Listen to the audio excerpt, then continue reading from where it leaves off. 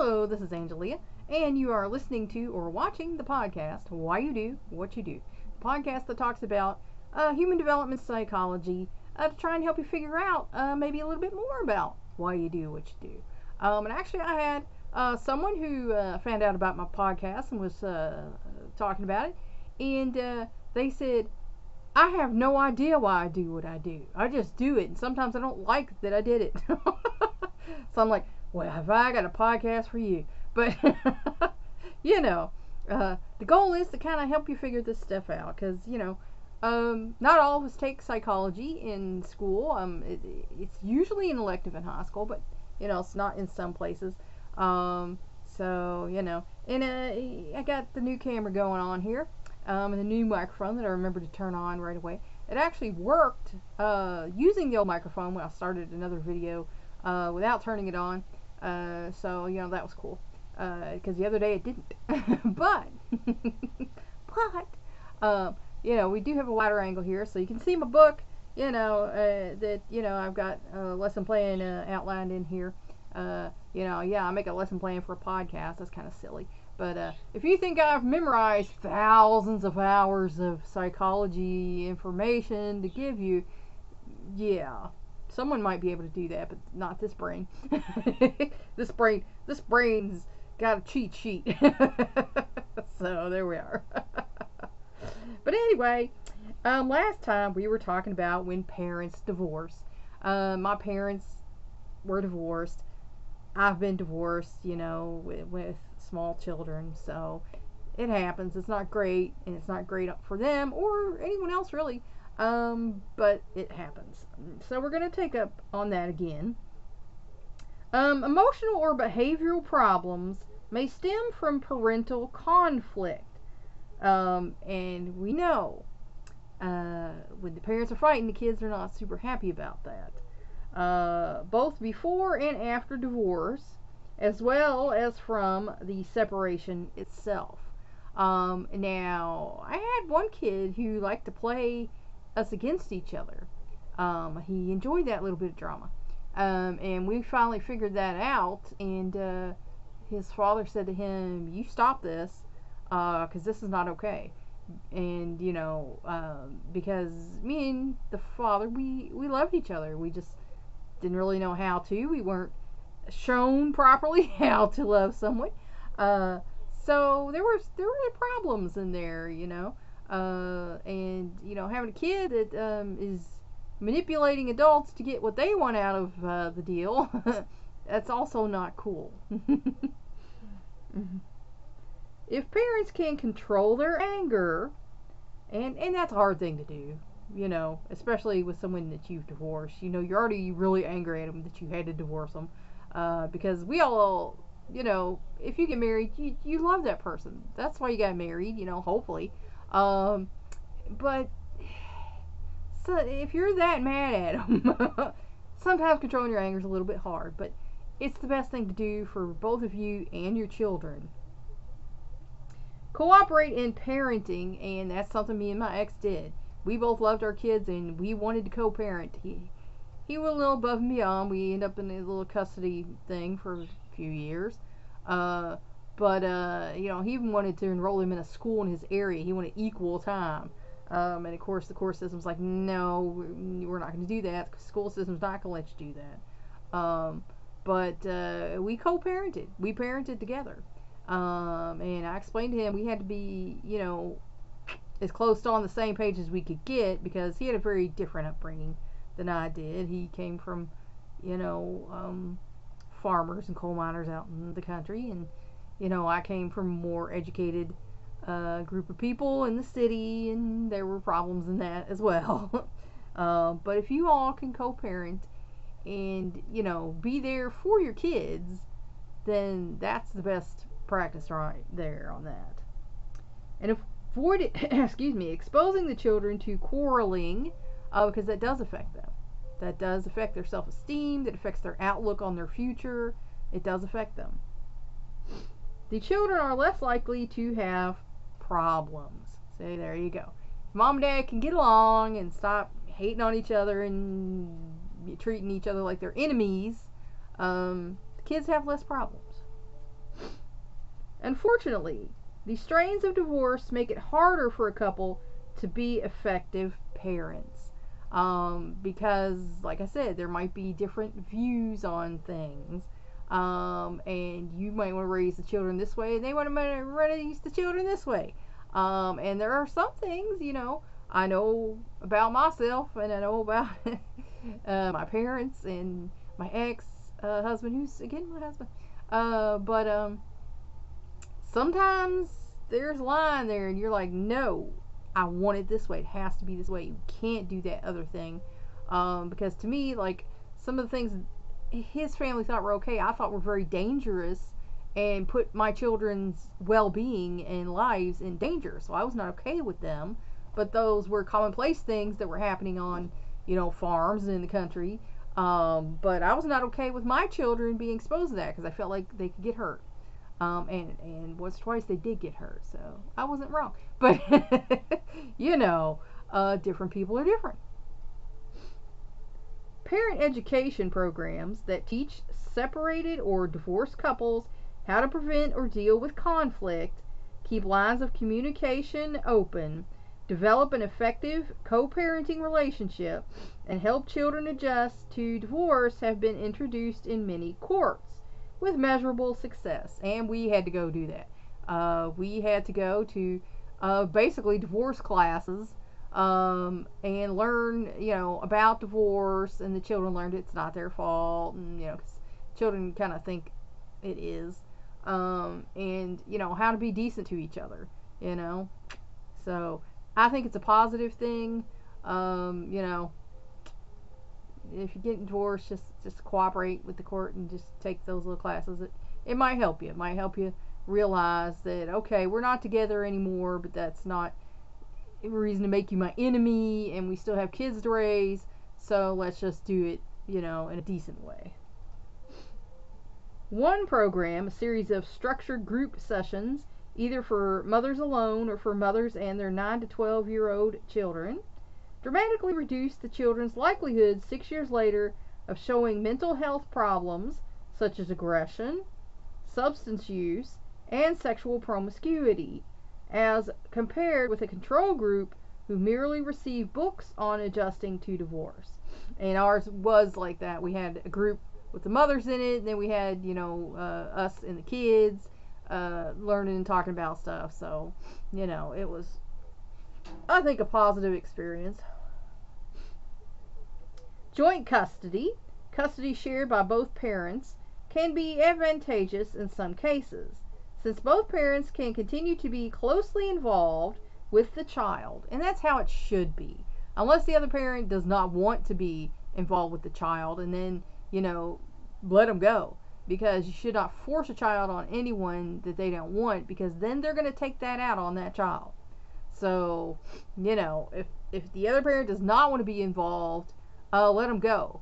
You can take their money, there's a whole county attorney's office that will be happy to collect that child support for you. But, if they don't want to be involved in the life, let them go. Because the child is better off without that person involved in their life if they don't want to be in it. Because then they're going to show that attitude to that child, and that's going to make that child have low self-esteem, and, feel like they're not even good enough for their own parent to want them, and that's just awful. When parents have joint legal custody, they share the right and responsibility to make decisions regarding the child's welfare. And again, like I said, if you come up in different areas and in different ways, there might be some squabbling about that. I'm gonna do this here because I got a spot that is attracting my eyeball, and that's not cool. I think we all understand that one. Oh, there we go. You're clear now. Yeah, it's a problem sometimes when, opposites attract, but it doesn't always make for a good marriage and raising of children. It really doesn't. So, when you're looking for those partners, like does do better. Birds of a feather, tend to stay together. So think about that before you get in any serious relationships. you know, yeah, there's got to be compromise when there's differences. There's got to be compromise. There's got to be, discussion on what is absolutely not acceptable and what is okay. It can be problematic working out differences. You know. When parents have joint physical custody, which is less common, the child is supposed to live part-time with each of them. Joint legal custody tends to encourage non-resident fathers to visit their children more often by encouraging them to maintain their parental role. Now, I went to his house. He lived with his mother in her basement. And they went to his house and spent time with both of them. That was not an ideal situation because his mother is basically a narcissistic sociopath who has bipolar, and that's a really nasty deal. So that's why, like I said, we had about a 2-year custody battle. We filed for divorce in 2005. It was not final until 2007. So there were issues there. But we really both were trying to look out for the kid. We really wanted the kids to have the best possible life. We just had different ideas on what that was. So, the main determinant of the success of joint custody is the amount of conflict between the parents. If there's a lot of conflict, it's not going to be so successful. Because the kids are feeling like they're in the middle of a war, and like I said, kids can be crafty and smart little folks, and they can sometimes instigate things and manipulate the parents, to get what they want. So, you got to be aware of what's going on.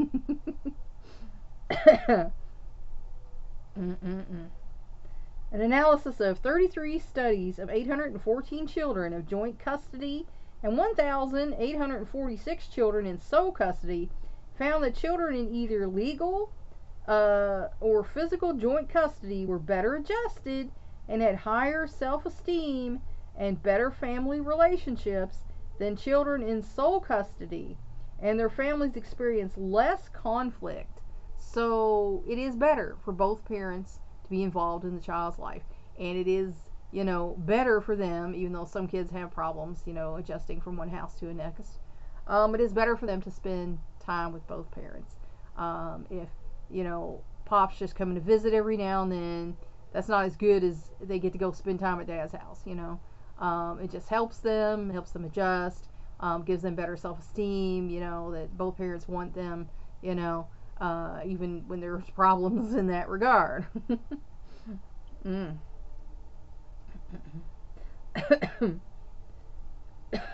My goodness.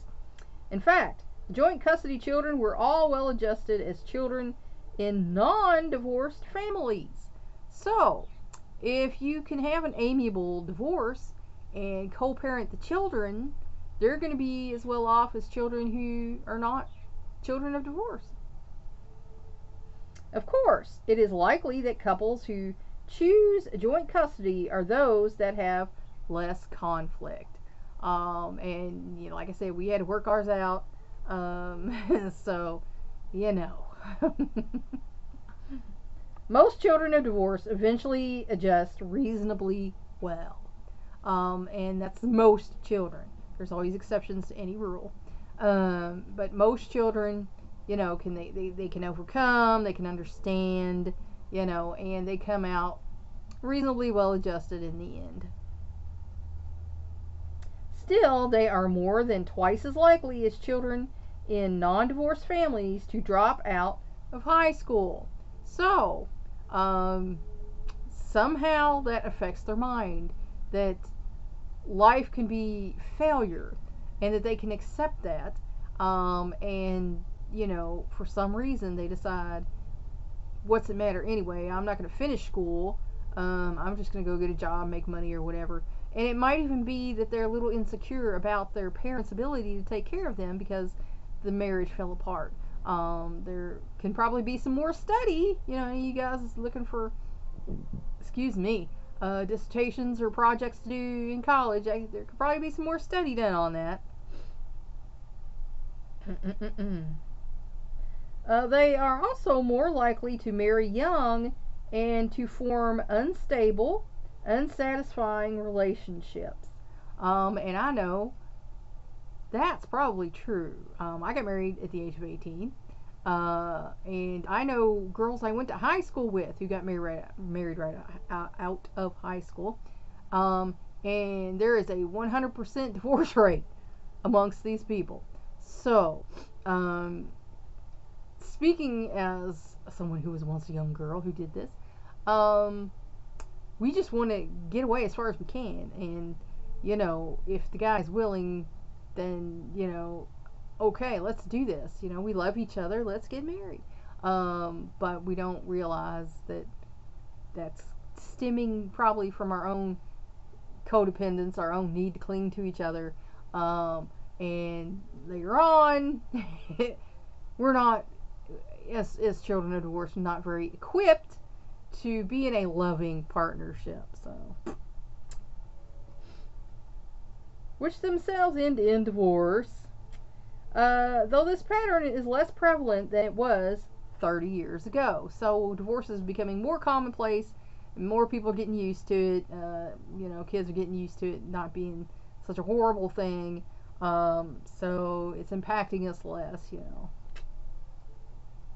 Having experienced their parents' divorce as children, some young adults are afraid of making commitments that might end in disappointment.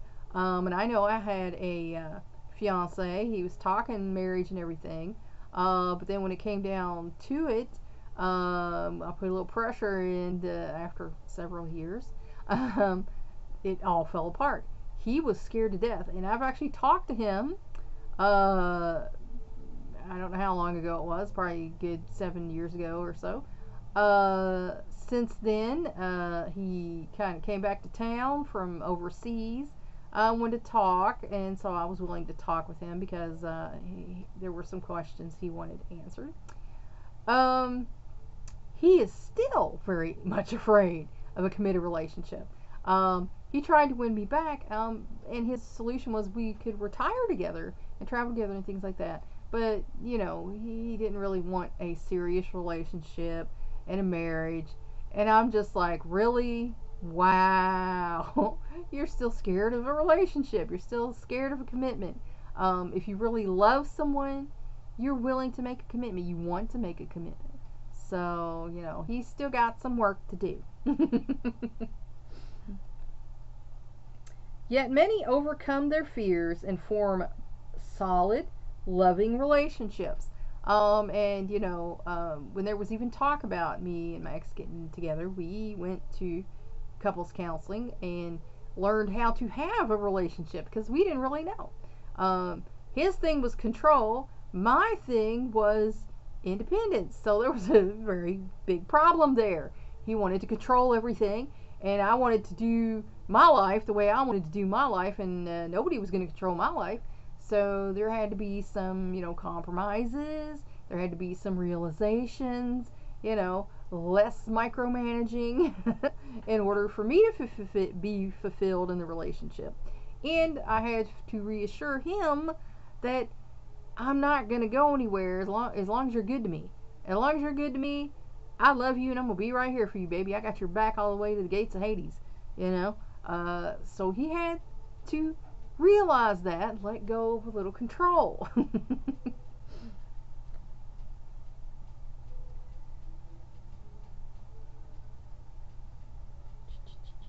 Much depends on how they resolve and interpret the experience of parental divorce, because it affects you. It just does affect the kids, and that's why, I hate seeing it. I hate hearing it. One of my sons is going through, well, actually his divorce is finally final. And I hate it because, she broke his heart, and I'd like to be able to fix that for him, but I can't. As a mom, it's very frustrating. I'm sure it's way worse for him, of course. I'm joking. I'm joking because it makes me, feel less sad about it. because, you know, as a mom, you want to fix it. You want to make it okay. You want to fix it and make it all right. But you can't. There's some things you can't fix. And it makes me sad. Some who saw a high degree of conflict between their parents are a generation ago. Are able to learn from that negative example and to form highly intimate relationships themselves. And like I said, you know, if you go to couples counseling, they can teach you how to have a relationship, how to love each other, because you might love each other and not know how to love each other. You know, you think you have to control or dominate this other person, or you think this other person should have no say in your life. But I mean, you have to be together. There has to be a togetherness there. So, you know, there's got to be some compromise. And couples counseling can teach you how to do that. So if you're having problems, you think you're heading that way, go to couples counseling. Learn how to love each other. It's pretty easy. Okay, so we're going to talk about, should parents stay together for the sake of the children? A generation ago, when divorce was far less common than it is today, it was widely believed that parents in troubled marriages should stay together for the sake of the children. And I know my grandmother. My grandmother was married to an abusive person who did a lot of bad things, and was in and out of jail. And I asked her once, why would she not divorce him? And she said, nice women don't get divorced. And that was her belief. So she stayed with this person because she believed, you know, nice women didn't get divorced. And she had 2 children, and later on she had said something to the effect of that. It's like, I didn't want the kids to not have their father. Even though he wasn't great, I wanted the kids to have a stable home. It wasn't really a stable home, but, you know, it was a home. But I guess in her eyes, it was better than not. More recent research has found that marital strife harms children more than divorce does. That children are better adjusted if they grow up in a harmonious single-parent household than in a 2-parent home marked by discord and discontent. Because, like I said, that fighting affects them. It's going to affect their self-esteem. It's going to make them feel insecure. You know, like, I can't trust that my future is going to be okay. So it's bad when the fighting gets to the point where you know it's going to be over. It's time to take a step back. And like I say, you can even go to counseling to learn how to have a healthy divorce. You can go to couples counseling. If we're going to separate, but we want to co-parent the kids, how do we do a healthy divorce? I mean, you know, there's people out there, counselors, psychologists, who can help you learn things. We don't all know everything. We're not born knowing everything. And I tell you what, I have learned so much more about myself, my parents, and everyone by studying psychology over the years that I definitely didn't know. So, you know, it's been a lifesaver to me because I've lived through some really horrible things. And if I didn't study psychology, I probably would have killed myself, just to be honest with you. I thought about doing it, was going to do it when I was like 8, again when I was like 9, 13. Thought about it, you know, in my 20s, and as recently, you know, as probably my late 30s, you know. So it's been a very good help in my life, and that's why I'm bothering to do this, because I know that there are people who are scared to go to a counselor or psychologist because they're afraid they'll label you crazy or whatever, and that's not really their job.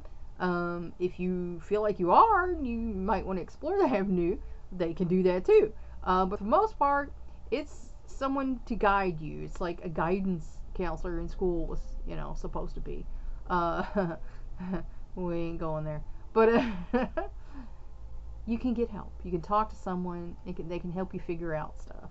You know, it's a good thing. It's a good thing. I mean, when your body's sick, you go to a doctor. When your spirit is sick, you might go to your pastor, your priest, or whoever. So if your mind is sick, it only makes sense. Go to a psychologist or a counselor to help you get that well. It just makes sense. Clearly, watching parents' spats can be hard on children. Aside from the distress, worry, or fear children may feel, marital dissension may diminish parents' responsiveness to children's needs. Because if they're busy fighting, they're not attending to the kids' needs. They're wanting to fight and get the fight and prove they're right. With the other parent, they're not worrying if, Johnny needs help with homework, so-and-so's still hungry, so-and-so isn't gotten their bath yet or going to bed. They're busy fighting each other, and they're not attending to the kids like they should, and that's going to affect the child's mental and emotional, state. Both before and after divorce, children tend to show behavior problems. Of course, children learn what they live, and they're going to act out. If things are not good at home, they're going to act out. If dad's shoving mom, they might go to school and this other little kid ticks them off, so they're going to shove them. Children act out. They learn what they live. Boys growing up in an atmosphere of parental anger and discord tend to become aggressive. Girls to become withdrawn and anxious. So boys and girls react differently. Children do not get used to marital conflict. The more they are exposed to it, the more sensitive they become. So, you might meet people who are really sensitive. And, I've heard people like, you're too sensitive. Well, you are what you are, So if you come across someone you feel like they're too sensitive, respect that. They might have lived through some stuff, and that made them the way that they are. So, be kind to each other. Children see destructive parental quarrels as threatening their own security and that of the family. And like I said, that might be why high schoolers drop out more who are, in discorded divorce situations. Violent clashes, conflicts about a child to which the child is directly exposed, and those in which a child feels caught in the middle are the most damaging. So you should not fight in front of your children. You should not fight about your children in front of your children. That should be adult talk, locked in the bedroom or outside in the garage, whatever. The children should not be a party to this stuff. And more than one case, kids go to your room. Kids go to your room. Come in our room.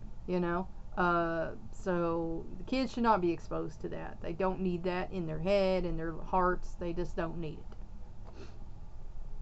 The amount of conflict in a marriage may make a difference. Again, the worse it is, the worse it is. A 15-year longitudinal study, which followed a nationwide sample originally consisting of 2,033 married people, suggests that in only about 30% of divorces involving children is there so much discord that the children are better off if the marriage ends. And like I say, there's people, I've heard stories, in working, at the counseling center and at a psychology group I used to work at, and, with other religious agencies in our family wellness center, about both parents abusing each other, fighting, actually punching, kicking, giving each other black eyes and busted lips, and it's like, somebody needs to stop this. And there are cases where I feel like the kids should be pulling out, because if they're doing that to each other, unfortunately they're probably going to do it to the kids too. About 70% of cases, according to this research, involve low conflict marriages in which children would benefit if parents remain together until children are grown. So if you found like you just don't have anything in common anymore, you want to go this way, they want to go that way, you've met somebody else or whatever, you can stay married for the kids, like we talked about earlier. if it's going to be a healthy detached marriage. If you're both going to be there for the kids, but like mom might have her room, dad might have his room. There was a couple down the street, and like I said, they stayed in the same house, but they kind of split the house. He was on this side, she was on this side, and they would meet in the middle and deal with the kid, and it worked for them. So everybody's different, and you have to know what works for you. And if that would work, then you all can certainly do that. All right, well, that's where I'm going to leave you today. And I hope that gave you some information, and I hope that maybe helped you figure out a little bit more about why you do what you do. Until next time.